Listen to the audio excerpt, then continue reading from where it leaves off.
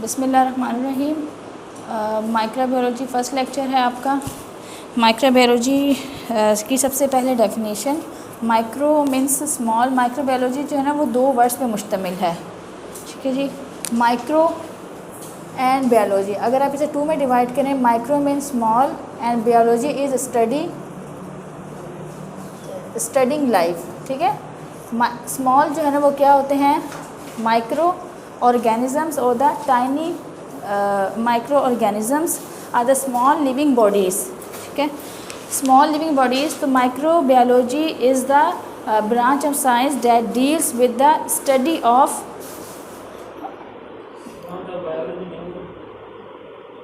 ये है साइंस भी बायोलॉजी में ही आती है, बायोलॉजी है साइंस, हाँ, लेकिन जो है ना ये भी मतलब कि ब्रांच ऑफ साइंस ही है, बायोलॉजी की ब्रांच है, लेकिन इसका जो है study the activities of the micro organism, ठीक है। इसमें जो है ना आपका जो different forms of is also concern, इसमें आप वो डिफरेंट फॉर्म्स ऑफ बैक्टीरिया जो कि एग्जिस्ट करती हैं, उनकी जो है ना आपकी बॉडी में जो एग्जिस्टेंस है उसके बारे में, उसके जो बेनिफिशियल इफ़ेक्ट्स हैं उसके बारे में, उसके जो पैथोलॉजिकल डिजीज़ जो वो पैदा करते हैं उसके बारे में, और इनकी रिप्रोडक्शन के वो किस तरह से ग्रो करते हैं, तो इन सब के बारे में जो है ना आप माइक्रोबायोलॉजी में स्टडी करते हैं। अच्छा, हिस्ट्री ऑफ माइक्रोबायोलॉजी, जैसा कि मैंने कल भी जिक्र किया था कि ये इस माइक्रोबायोलॉजी का वजूद हाँ, इसमें जो है ना सबसे पहले हम पढ़ लें माइक्रोब्स। कितनी तरह के माइक्रोब्स हैं, जो माइक्रो ऑर्गेनिजम्स हैं। Microorganisms are the small living organisms that can not be seen with the naked eye. आप उसे आम आँख से नहीं देख सकते, तो इसके लिए आपको माइक्रोस्कोप की ज़रूरत होती है, और डिफरेंट जो है ना वो कंडीशंस होती हैं, उसमें इनको जो है ना बड़ा ही तफसील से इनको देखा जाता है। अच्छा, इसके जो माइक्रोब्स हैं वो कितने तरह के हैं। बैक्टीरिया हैं, उसमें वायरसेस हैं, प्रोटोजोआ हैं, और रिकेट्सिया है, माइकोप्लाज्म्स हैं, protozoa, fungi, Archie, virus and bacteria, ये इसके माइक्रोब्स हैं। नेक्स्ट है इसका हिस्ट्री। इसमें 1665 में रॉबर्ट हुक एक साइंटिस्ट थे, उनके पास जो है ना उन्होंने माइक्रोस्कोप का आइडिया दिया था। वो आइडिया कैसे आया था कि उनके पास ना एक कॉर्क मौजूद थी, उस कॉर्क में उन्होंने देखा कि इसमें डिफरेंट कंपार्टमेंट्स हैं, और अगर इनसे बहुत ज़्यादा गौर से देखा जाए तो इनविजिबल जो कंपार्टमेंट्स हैं वो भी हमें देख सकते हैं। तो उसके बाद जो है ना उनकी पूरी टीम ने, लिवन हुक और उनकी टीम ने जो है ना माइक्रोस्कोप को के बारे में आइडिया दिया कि वो इम्पोर्टेंट टूल हो सकता है अगर हम किसी भी चीज़ का बहुत डिटेल से और जो है ना मतलब कि जो भी माइक्रोस्कोपिक व्यू अगर लेना चाहते हैं तो माइक्रोस्कोप की ज़रूरत होगी। तो माइक्रोस्कोप की मदद से जो है ना हम बहुत सारा उसका जो टाइनी स्ट्रक्चर है, इनविजिबल स्ट्रक्चर है, उसे भी देख सकते हैं। फिर लिवन हुक और टीम में जो है ना Leeuwenhoek revealed his description micro organism, उन्होंने माइक्रो ऑर्गेनिज्म के बारे में बताया, और 1670 में एक सिंगल लेंस माइक्रोस्कोप जो है ना इन्वेंट हो गई थी, ठीक है। इसके बाद 1674 में जो साइंटिस्ट हैं उन्होंने टाइनी माइक्रो ऑर्गेनिज्म का आइडिया दिया, और जो है ना उन्होंने बताया कि जो टाइनी माइक्रो ऑर्गेनिज्म है basically these are the micro organism. और फिर उसके बाद जो है ना उसे बेसिलस का वो दिया, और मुलर एक साइंटिस्ट था, उसने फिर ये बताया कि जो टाइनी माइक्रो ऑर्गेनिज्म वो बेसिलस हो सकते हैं। एंड फाइनली जो है ना बेसिलस के बाद जो है ना उसे एक नाम दे दिया गया माइक्रो ऑर्गेनिज्म को, जो कि क्या कहलाते हैं, बैक्टीरिया कहलाते हैं, ठीक है जी। अब जो है ना इसका थोड़ा सा स्कोप देख लें, माइक्रोबायोलॉजी का क्या स्कोप है। बायोलॉजी का जो है ना, जैसे कि कल हमने जिक्र किया था कि हार्मलेस जो कुछ होते हैं हार्मफुल बैक्टीरिया, और कुछ होते हैं हार्मलेस बैक्टीरिया। आपके जो बैक्टीरिया हैं वो आपके इन्वायरमेंट में उनका रोल है, वो बहुत सारी चीज़ों को जो है ना वो डिके कर जाते हैं। डिकेइंग का जो प्रोसेस है, गलने सड़ने का जो प्रोसेस है, ये माइक्रो ऑर्गेनिज्म के वजूद बग़ैर नहीं हो सकता। तो इससे जो है ना जो आपके बैक्टीरिया हैं वो आपका बहुत सारा जो वेस्ट प्रोडक्ट है उसे वो डिके करते हैं और उसको जो है डेड कर देते हैं। अदरवाइज़ जो है ना ये माइक्रो ऑर्गेनिज्म ना हो तो हर जगह जो है ना कचरों के ढेर लग जाएँ, और उससे जो है ना आपका पूरा जो नेचुरल सिस्टम है वो बहुत ज़्यादा पॉल्यूटेड हो जाए। ठीक है। नंबर 2, इसका जो माइक्रो ऑर्गेनिज़म्स हैं ये आपके हेल्पफुल होते हैं। इसकी वैक्सीनेशन जो है, आपकी बहुत सारी वैक्सीनेशन जो है ना माइक्रो ऑर्गेनिज़म से ही पैदा की गई हैं, जिसमें आपकी पोलियो वैक्सीन्स भी है, जिसमें आपकी जो है ना टाइफाइड वैक्सीन्स हैं, मतलब वैक्सीन जो माइक्रो ऑर्गेनिज़म से ही हासिल की गई हैं। नंबर 3, जो आपकी रोज़मर्रा की कुछ वो इस्तेमाल की चीज़ें हैं, उसमें आपके पास जो है योगर्ट है, वो फर्मेंटेशन प्रोसेस के ज़रिए और माइक्रो ऑर्गेनिज़म की मौजूदगी से जो है ना वो दही से दूध में कन्वर्ट होती है। इसी तरह से बहुत सारे अदर जो ये है वाइन्स वगैरह हैं, ये भी आपके फर्मेंटेशन प्रोसेस के ज़रिए ही माइक्रो ऑर्गेनिज़म की मदद से जो है ना वन प्रोडक्ट से दूसरे प्रोडक्ट में कन्वर्ट हो रही हैं। नंबर 3, माइक्रो ऑर्गेनिज़म की मौजूदगी आपका जो ये माइक्रोबायोलॉजिस्ट ने ही जो है ना आपका जो आलात हैं मेडिकल के जो इस्तेमाल होते हैं, उसमें sterile and non sterile products. Sterile products कौन से होते हैं? जिन्हें हम स्टेराइजेशन के प्रोसेस से गुजार देते हैं, वो आपके स्टेराइल प्रोडक्ट होते हैं। जैसे वो तमाम आलात जो कि सर्जरी में इस्तेमाल होते हैं, आपके इंस्ट्रूमेंट्स वगैरह, उसे आप एंटीसेप्टिक की मदद से, डिसइंफेक्टेंट की मदद से जो है ना स्टेराइल करते हैं और वो फिर काबिल इस्तेमाल होते हैं। नॉन स्टेराइल प्रोडक्ट जिन्हें स्टेराइजेशन की ज़रूरत नहीं होती और हम वैसे जो है ना उन्हें इस्तेमाल में ला सकते हैं। तो स्टेराइजेशन के लिए जो है ना कुछ रेडिएशंस वगैरह और कुछ जो है ना आपके ऐसे वो हैं डिसइंफेक्टेंट्स हैं, वो इस्तेमाल होते हैं। अच्छा, इंजेक्टेबल हैं। आप इंजेक्टेबल जो भी इस्तेमाल करने जा रहे हैं उसका जो है ना पायरोजिन फ्री टेस्ट किया जाता है। Pyrogens are also the micro organism that can cause fever. Pyrogen free water for injection जो है ना वो भी आपके जो इंजेक्टेबल हैं उन्हें क्वालिटी कंट्रोल लेवल पे जो है ना एक टेस्ट किया जाता है, जिसमें वो देखते हैं कि आया इसमें कोई पायरोजिन मौजूद है। अगर उसमें कोई पायरोजिन मौजूद होता है तो वो फीवर कॉज कर सकता है। तो पायरोजिन फ्री जो है ना इंजेक्टेबल फॉर्म और वाटर फॉर इंजेक्शन जो इस्तेमाल करते हैं वो बनाया जाता है फार्मास्यूटिकल इंडस्ट्रीज़ में। इसके अलावा आपका जो फिजिशियन है उसे भी किसी बीमारी की डायग्नोसिस में ज़रूरत होती है कि माइक्रो ऑर्गेनिज्म, कौन सा माइक्रो ऑर्गेनिज्म है that is responsible for this disease. जैसे अगर आप जाते हैं डायरिया है, कोलरा है, ये किससे होता है? आपके जो है ना बैक्टीरिया से होता है। टाइफाइड जो है ना वो आपका बैक्टीरिया है वो कॉज करता है। इसके अलावा जैसे आजकल है कोरोना है, who is responsible? Virus is responsible for the corona infection. Throat infection है वो समटाइम जो है ना बैक्टीरियल इन्फेक्शन होता है, उसमें डिफरेंट टाइप्स आ जाती हैं आपकी। तो ये जो जितना भी कॉन्सेप्ट है ये किसके उससे वजूद में आया?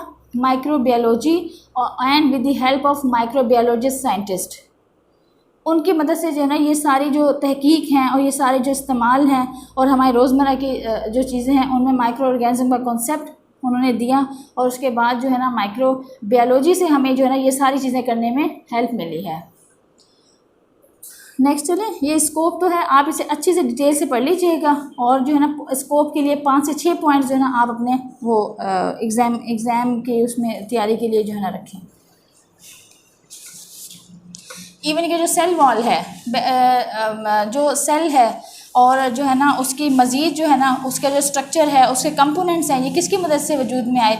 माइक्रोस्कोप की मदद से। और माइक्रोबायोलॉजिस्ट ने जो है ना सेल और उसका डिटेल स्ट्रक्चर जो है ना वो इन्वेंट किया और बताया कि सेल जो है ना एक लिविंग बॉडी है और इसके कितने कंपोनेंट्स हैं और ये कितना जो है ना हम ज़िंदगी के प्रोसेस के लिए सेल की क्या इम्पोर्टेंस है। अब डिस्कवरी ऑफ बैक्टीरिया जो है ना वो किससे लीवन हुक ने बैक्टीरिया डिस्कवर किया 1673 में और उसने इन्हें नाम दिया था लिटिल एनिमल। ठीक है, जो लीवन हुक है उन्होंने 1673 में इसे लिटिल एनिमल का नाम दिया था। फिर 1773 में एक डेनिश साइंटिस्ट फ्रेडरिक मुलर नेम देम बेसिलाई, जैसे कि मैंने इससे पहले भी जिक्र किया था। एंड फाइनली 1850 में French biologist Casimir Davaine name them the bacteria. अब बैक्टीरिया क्या है? बैक्टीरिया एक microscopic, what is bacteria? Bacteria microscopic unicellular prokaryotic organism characterized by lack of membrane bound nucleus and the membrane bound organelles. So what is prokaryotic and the eukaryotic?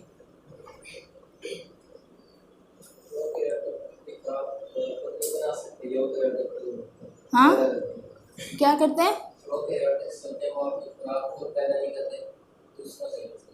Host की ज़रूरत होती है उन्हें ना अपनी खुराक। एक फ़र्क तो ये हो गया।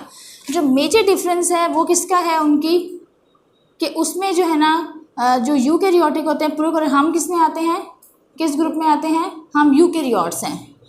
ठीक है, micro organism is a little animal, लेकिन ये किस में आता है, प्रोकैरियोट्स में आता है, क्योंकि उसके अंदर जो है ना जो सेल ऑर्गेनेल्स हमारे वो सेल के अंदर मौजूद हैं। जो अब जैसे कि मैंने पढ़ाया था आपको, ह्यूमन सेल किस पे मुश्तमिल होता है, उसमें एंडोप्लाज्मिक रेटिकुलम था, उसमें जो है ना आपका प्रॉपर एक न्यूक्लियस था, उसमें जेनेटिक इन्फॉर्मेशन जो है ना एनकोडेड थी, वो ट्रांसमिट भी कर सकता था genetic information to the other cell. तो ये जो सब चीज़ें हैं, ऑर्गेनेल्स और द सेल मेम्ब्रेन जो है ना वो मौजूद नहीं होती। प्रोकैरियोटिक में क्या होती है, सेल मेम्ब्रेन जो है ना उसमें प्रॉपर सेल मेम्ब्रेन वो ऑर्गेनेल्स न्यूक्लियर मेम्ब्रेन और जो ऑर्गेनेल्स हैं वो मौजूद नहीं होते। ठीक है, जबकि जो प्रोकैरियोटिक होते हैं उसमें उसके बदले सेल वॉल मौजूद होती है और यूकैरियोटिक में सेल वॉल मौजूद नहीं होती। तो बैक्टीरिया सेल जो है ना वो यूनिसेलुलर, ठीक है, unicellular prokaryotic organs characterise lack of membrane bound nucleus and membrane bound organelles.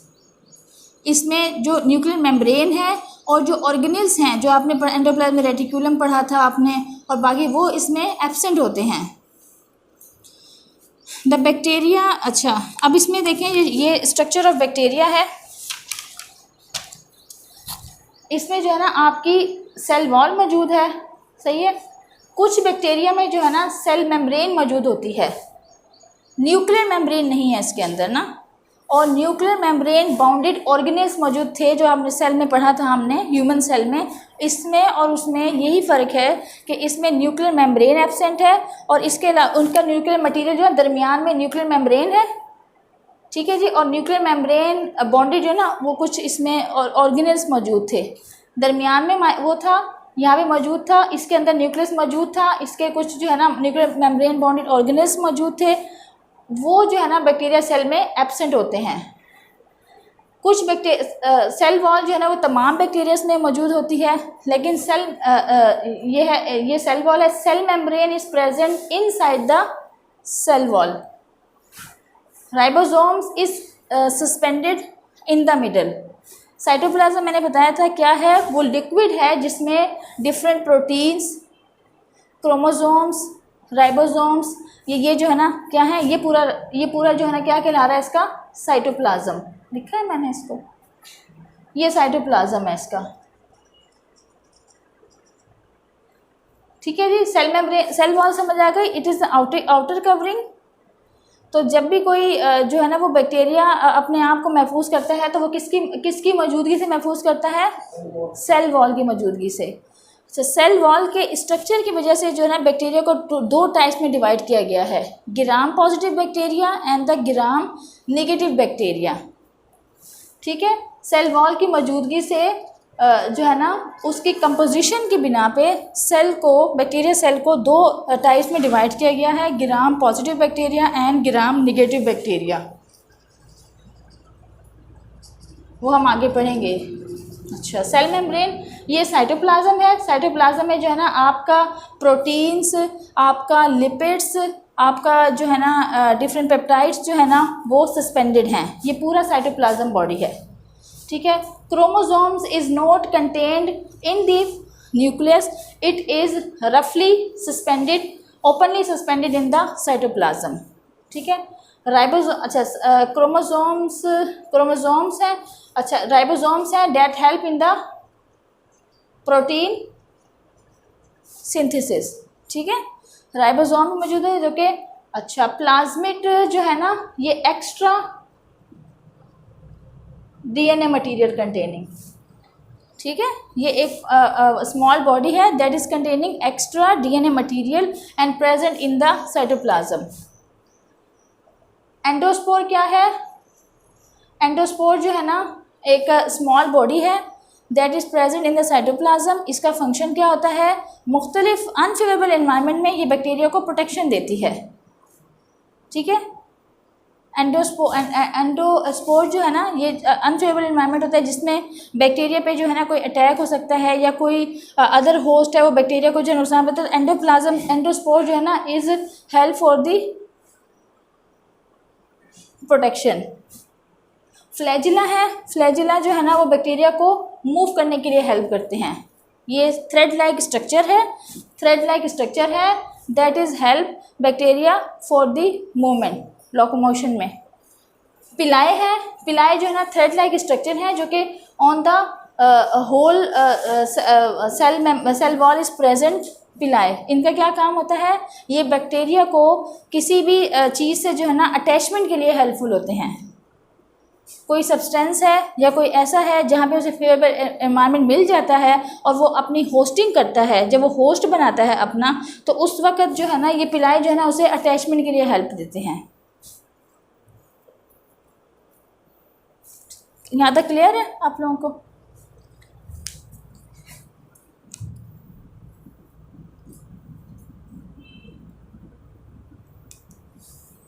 अब हम चलते हैं classification of bacteria on the basis of cellular morphology.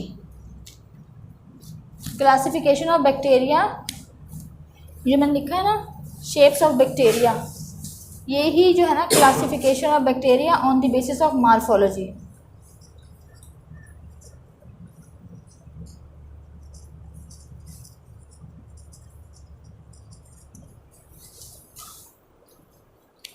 Morphology क्या होती है कि उसकी जो है ना बेसिक शेप, उसकी शेप की बिना पे जो है ना उसको कितने हिस्सों में डिवाइड किया है। बैक्टीरिया जो है ना वो 3 तरह के होते हैं, ठीक है।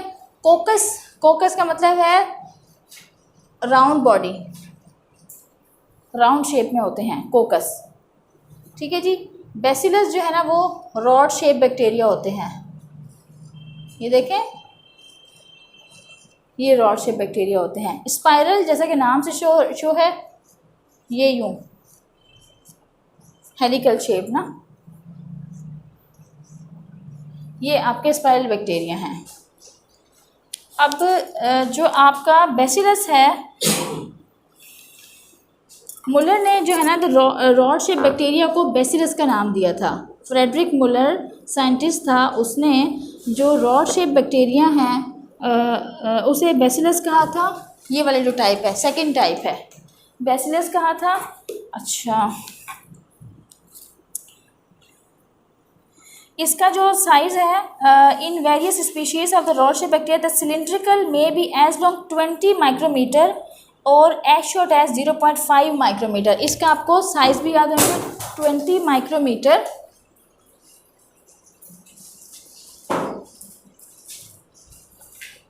20 माइक्रोमीटर से लेके as much as small 0.5 micrometre तक इनका साइज़ हो सकता है बेसिलस का।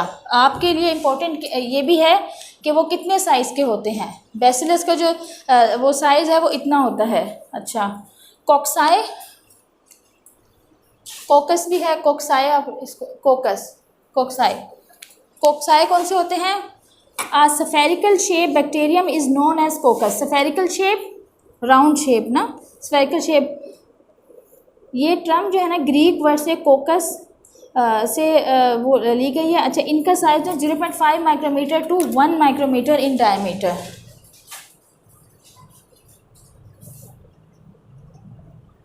ये माइक्रोमीटर के लिए है, माइक्रोमीटर 0.5 से लेके 1 माइक्रोमीटर साइज़ के हैं।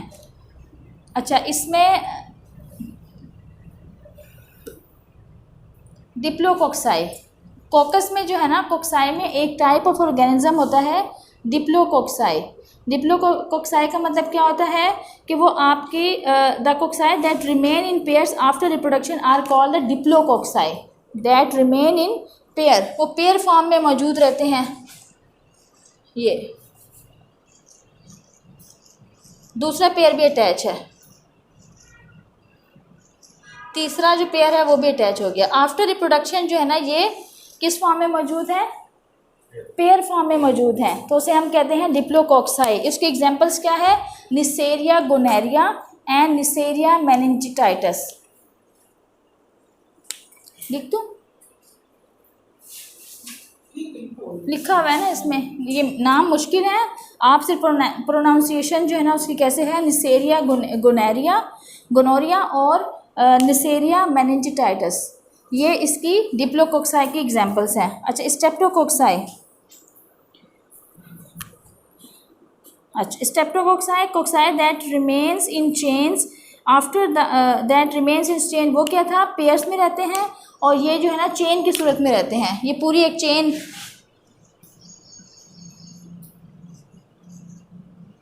ये जुदा नहीं होती, ये पूरी एक चेन इनकी है। ठीक है जी, ये क्या कहलाते हैं, स्ट्रेप्टोकोक्साई। इसकी एग्जांपल क्या है, स्ट्रेप्टोकोकस पायोजेंस, जो कि आपके स्ट्रेप्टोकोकस थ्रोट कॉज करता है, गले का इन्फेक्शन जो कॉज करता है वो स्ट्रेप्टोकोकस पायोजेंस कहलाते हैं, जो कि आपके गले के इन्फेक्शन में इन्वॉल्व हैं। And streptococcus lactis involve in producing the, streptococcus lactis जो है ना वो इन्वॉल्व है किसमें, for the production of yoghurt. ये दो एग्जांपल्स हैं इसकी। तीसरा है स्टेफिलोकोकस।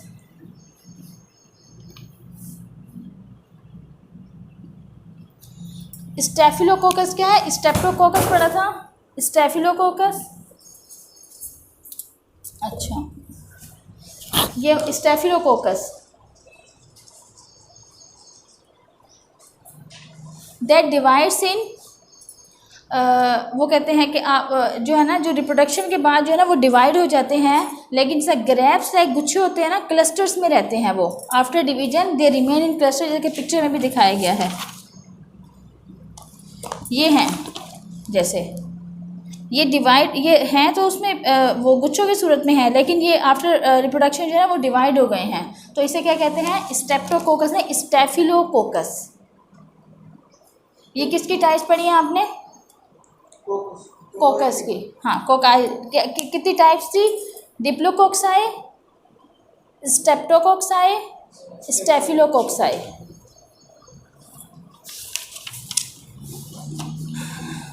और इसकी एग्जांपल क्या है, स्टेफिलोकोकस ओरियस। स्टेफिलोकोक्साई जो माइक्रो ऑर्गेनिज्म बैक्टीरिया है वो कौन सा है, स्टेफिलोकोकस ओरियस। ये नाम खासे मुश्किल लगेंगे आप लोगों को, लेकिन बार बार रिपीटिशन से जो है ना ये आप इजीली याद कर लेंगे। थर्ड टाइप कौन सी थी, स्पाइरल। स्पाइरल जैसे कि ये नाम से जो है ये 3 टाइप्स हैं, स्पाइरल लाइक ना, ठीक है। इसमें जो स्पाइरल की 3 फॉर्म्स हैं, विब्रियोस बैक्टीरिया, ये कर्व्ड रॉड शेप होते हैं, और विब्रियो कोलिया, ये क्या कॉज करते हैं, कोलरा कॉज करते हैं। विब्रियोस जो है ना, जो टाइप ऑफ बैक्टीरिया जिनकी जो है ना वो कर्व रॉड्स की तरह शेप होती है, और ये क्या कॉज करते हैं, कोलरा कॉज करते हैं। और जो organism pathogen responsible for cholera is vibrio cholera. आपसे पूछा जाए एग्जाम में, which of the organism is responsible for cholera, vibrio cholera. दूसरा है हैजा, एक डायरिया होता है और एक कोलरा होता है। कोलरा क्या है, हैजा, हैजा को कहते हैं कोलरा। फूड पॉइजनिंग से 2 तरह का ही होता है, या तो इन्फेक्शियस होते हैं या नॉन इन्फेक्शियस। इन्फेक्शियस का मतलब क्या होता है कि विब्रियो कोलरा इज रिस्पॉन्सिबल, और नॉन इन्फेक्शियस ये होता है कि आपका डाइजेशन से इनडाइजेशन हो गई है, वो एकदम से जो है ना मैकेनिज्म डाइजेशन डिस्टर्ब हो गई है, उससे वॉमिटिंग भी और वो जो है ना कोलरा भी। इसी तरह डायरिया भी दो में डिवाइड किया जाता है, infectious diarrhoea and non infectious diarrhoea. Infectious वो ये होता है कि वाकई किसी पैथोजन की मदद उससे हुआ है, कोई इन्फेक्शन था, अंडरलाइंग इन्फेक्शन था, या खुदा न खास्ता आपको किसी ऐसी चीज़ से एक्सपोज हुआ है, या ऐसी खा ली है जिसमें वाकई जो है ना इन्फेक्शियस एजेंट मौजूद था। एक होता है सिंपल कि नॉन इन्फेक्शियस है, वो थोड़ी सी वो जो है ना कुछ घंटे के लिए होता है, and then you become normalise. जो इन्फेक्शियस होता है वो तो फिर अच्छा खासा टाइम ले लेता है क्योर के लिए। Spirilla, helical shape with a thick rigid cell wall and flagella that assist. Spirilla में जो है ना फ्लैजिला भी मौजूद है, ये हेलिकल शेप स्ट्रक्चर ही होते हैं, स्पाइरल वो बैक्टीरिया ही कहलाते हैं, और इसमें जो है ना स्पिरिलम वोलेंटन जो है ना इसकी एग्जांपल है। यहाँ तक क्लियर है आप लोगों को। नेक्स्ट टॉपिक की तरफ से रहें, cell wall of bacteria.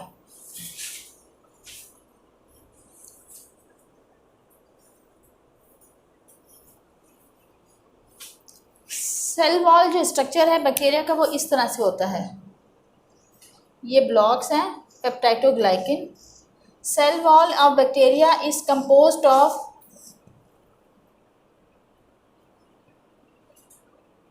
Glycopeptide, ठीक है। The important component bacteria cell wall is peptidoglycan is a large molecule and it contains 2 amino acid containing carbohydrates।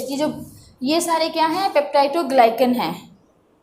Peptide means amino acid और ग्लाइकन मीन ग्लूकोज। तो bacteria की जो cell wall है is largely composed of large molecules of peptidoglycan.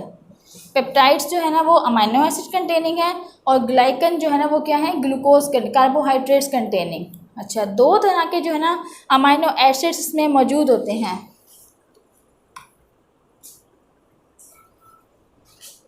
NAG NAM, ठीक है जी, NAG NAM, ये यूँ interlink है, NAG NAM, ठीक है। ये दूसरी भी वॉल अगर हम इसी तरह से ले लें, सेम वही वॉल है,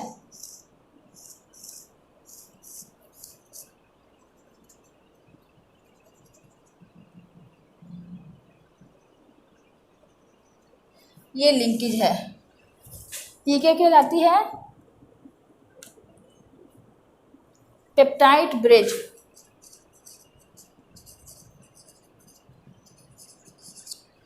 ये इससे लिंक होती है। NAG क्या है,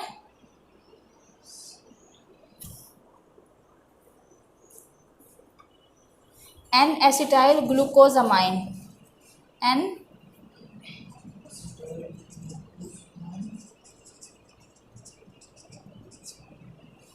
और जो ये वाला है NAM है, म्यूरामिक एसिड ना,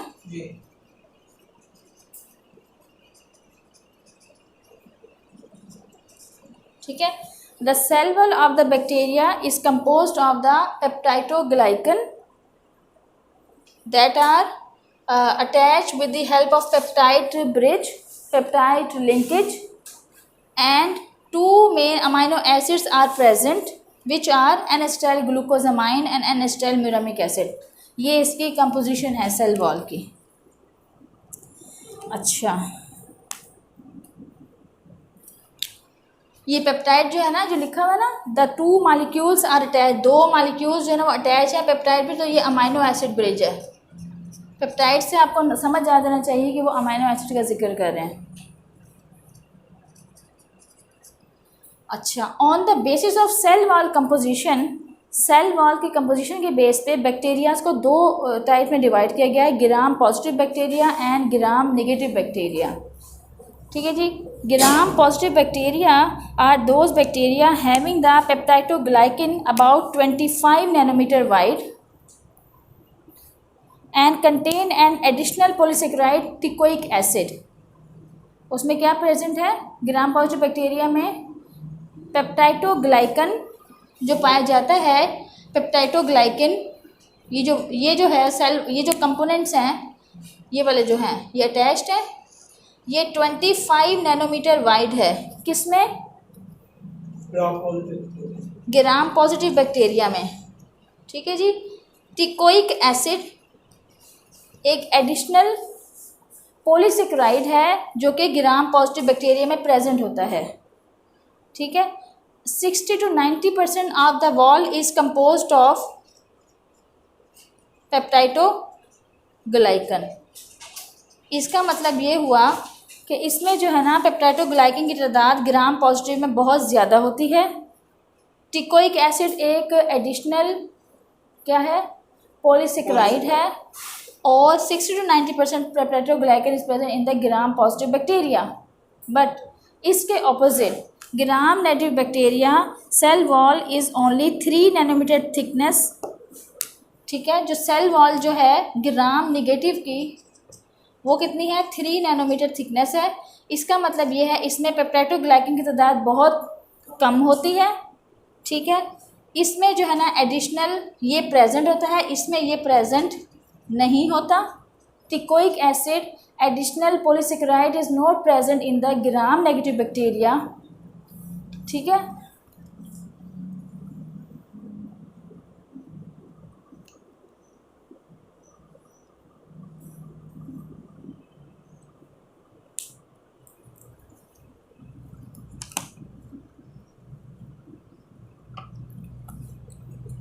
इसमें जो है ना आपके एडिशनल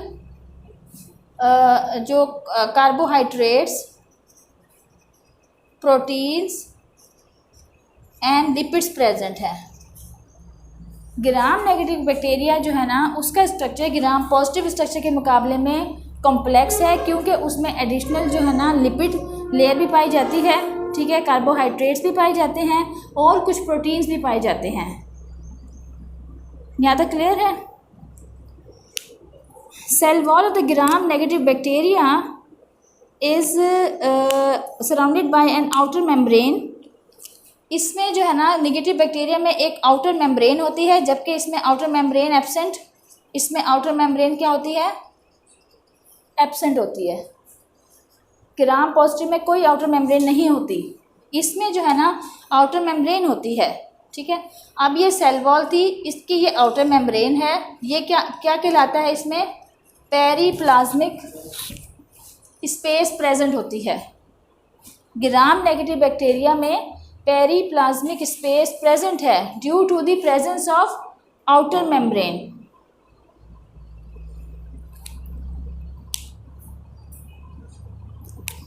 और ये जो पेरीप्लाज्मिक स्केप है वो है स्पेस है, इसमें जेल लाइक मटेरियल प्रेजेंट होता है, जिसे हम क्या कहते हैं? पेरीप्लास। यहाँ तक क्लियर है ग्राम पॉजिटिव ग्राम नेगेटिव का डिफरेंस? ग्राम पॉजिटिव जो बैक्टीरिया हैं उसमें पेप्टाइडोग्लाइकिन लेयर जो है ना 60 to 90% मौजूद है। टिकोइक एसिड प्रेजेंट है, 25 नैनोमीटर लेंथ है। आउटर मेम्ब्रेन जो है इसमें एब्सेंट है। इसके मुकाबले में जो ग्राम नेगेटिव बैक्टीरिया हैं उसमें 3 नैनोमीटर वाइड होती है peptidoglycan cell wall. Teichoic acid not present but other substances carbohydrate lipids and the outer membrane is present. The outer membrane is का between the outer membrane and the cell wall space is present that is called periplasmic space, and this periplasmic space containing the gel like material that is called periplast। इसका मतलब ये है कि ग्राम positive bacteria के मुकाबले में जो ग्राम negative bacteria हैं उसकी सेल क्या होती है? सेल वॉल ज़्यादा कॉम्प्लिकेटेड होती है, और ये जो सेल वॉल है ये ज़्यादा रेजिस्ट कर सकती है। इसमें ज़्यादा रेजिस्टेंस होगी किसके लिए? डिफेंसिव, अपने डिफेंस के लिए भी और किसी बीमारी को करने के लिए भी। और अगर हम इसे किल करना चाहें तो ग्राम पॉजिटिव के मुकाबले में ग्राम नेगेटिव बैक्टीरिया ज़्यादा स्टूबन होते हैं। ठीक है, वो ज़्यादा देर से जो है ना उनका वो किल होते हैं, क्योंकि उनके पास जो आउटर मेम्ब्रेन है वो बड़ी स्ट्रॉन्ग आउटर मेम्ब्रेन है। अगर कोई भी बैक्टीरिया है उसको किल करने के लिए सबसे पहले उसका क्या करना चाहिए? जो उसकी हिफाजती तह है उसे ब्रेक करना पड़ेगा। तो हिफाजती तह उसने कैसे मजबूत, इसलिए ग्राम नेगेटिव जो बैक्टीरियाज हैं उनकी जो सेल स्ट्रक्चर है, जो सेल मेम्ब्रेन है वो ज़्यादा कॉम्प्लेक्स है, क्योंकि उसकी आउटर मेम्ब्रेन भी है, सेल वॉल है, आउटर मेम्ब्रेन है, और फिर उसके अंदर में जेल लाइक मटेरियल है जो कि क्या दे रहा है? उसको मज़ीद प्रोटेक्शन दे रहा है। क्लियर है यहाँ तक? कैप्सूल भी पाया जाता है मैनी अब आएंगे। अब हम इसके जो है ना वो जो मैंने ये पढ़ाए थे, ये जो प्रेजेंट्स होते हैं उसके ऑर्गेनिज जो है ना, जो इस बैक्टीरिया में क्या क्या पाए, अब ये उसकी एक एक जो है ना उसकी तस्वीर। कैप्सूल हम पढ़ रहे हैं, सेल वॉल आपने पढ़ लिया। उसके बाद हाँ बहुत है, अच्छा ये कंटिन्यूएशन में था, आपको समझ आ जाता। दो या इसी को लेंथी कर लेते हैं, दूसरा शॉर्ट कर लेंगे। ये इन कंटिन्यूएशन है ना, ये आपको मैंने चीज़ें बताई हैं, ये आप अभी एब्जॉर्ब कर लेंगे, फिर वो दोबारा से स्ट्रक्चर बनाएंगे, फिर वो आपको जो है ना मुश्किल होगी समझने में। ये तो अभी थोड़ा सा रहता है, वो मैंने समझाया वही है। इन शॉर्ट जो है ना आप थोड़ा थोड़ा सुनने। कैप्सूल क्या होता है? बहुत सारे बैक्टीरिया में जो कोक्साई होते हैं और बेसिलाई होते हैं, they secrete a sticky gelatinous layer और polysaccharide and protein around the cell wall, this layer is called the capsule, spiral bacteria do not form. अच्छा, capsule is present in the coccus and the bacillus only, but it is not present in the spiral.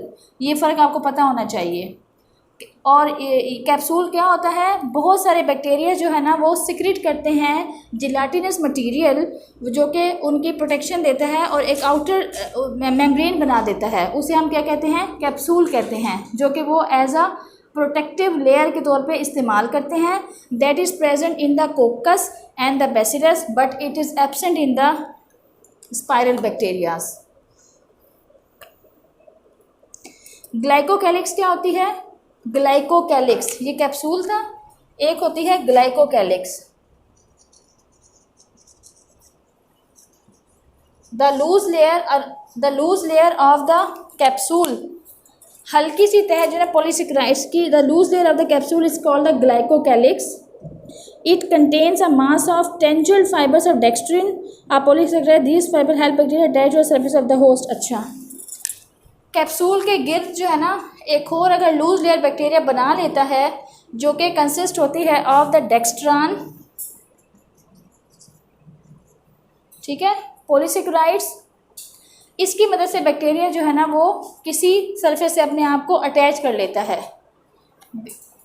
Attach क्यों करता है वो, host बनाने के लिए अपना, या फिर जो है ना अपना फूड लेने के लिए अगर वो किसी से जो है एसोसिएशन करता है तो उसमें हेल्प मिलती है। तो ग्लाइकोकैलिक्स जो है ना वो एक थिन लेयर होती है, loose layer of the capsule that help bacteria attach to the surface of the host.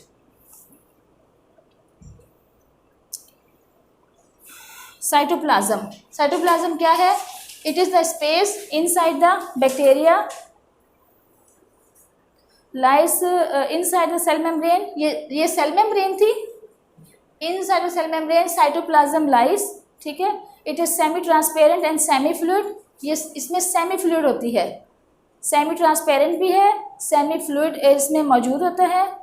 और it contain proteins, carbohydrate, lipids, nucleic acid and other substances, salt, inorganic salt and all dissolve in the water.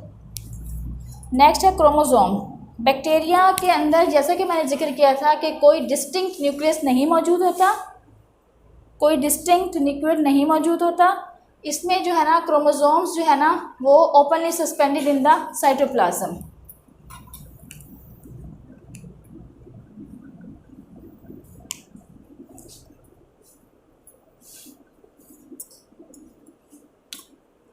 अच्छा, इसके जो chromosomes हैं उसके गिर्द ना कोई protein layer भी नहीं मौजूद होती, ठीक। और जिस एरिया में क्रोमोसोम्स मौजूद होते हैं उसे हम क्या कहते हैं, न्यूक्लियाई। वो हिस्सा बैक्टीरिया के अंदर जिसमें क्रोमोसोम्स मौजूद हैं और इसके गिर्द जो है ना कोई प्रोटीन लेयर नहीं है, वो कहलाता है न्यूक्लियोइड एरिया। नेक्स्ट है राइबोसोम्स। राइबोसोम ने बताया था कि वो openly suspended, not present in the nucleus, openly suspended in the cytoplasm. Ribosomes are present and they help in the protein synthesis.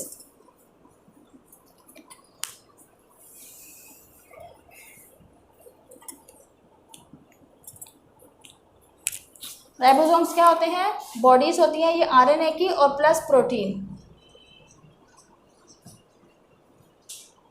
RNA stand for ribonucleic acid plus protein and they are helpful for the protein synthesis.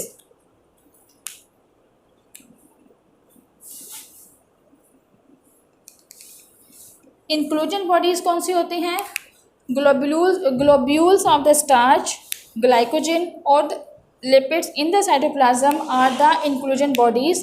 They store nutrients for the peptide for the periods of starvation. inclusion bodies जो है ना उसमें क्या मौजूद होता है, starch, glycogen और the lipids in the cytoplasm. जैसे हमारी बॉडी में स्टोर होता है carbohydrate, lipids, other substances store होती हैं, इसी तरह से इंक्लूजन बॉडीज जो बैक्टीरिया के अंदर मौजूद होती हैं, they are consisting of glycogen, starch and the lipids that help for the storage of energy in case of starvation. भूख के टाइम पे जो है ना वो एनर्जी प्रोवाइड करते हैं।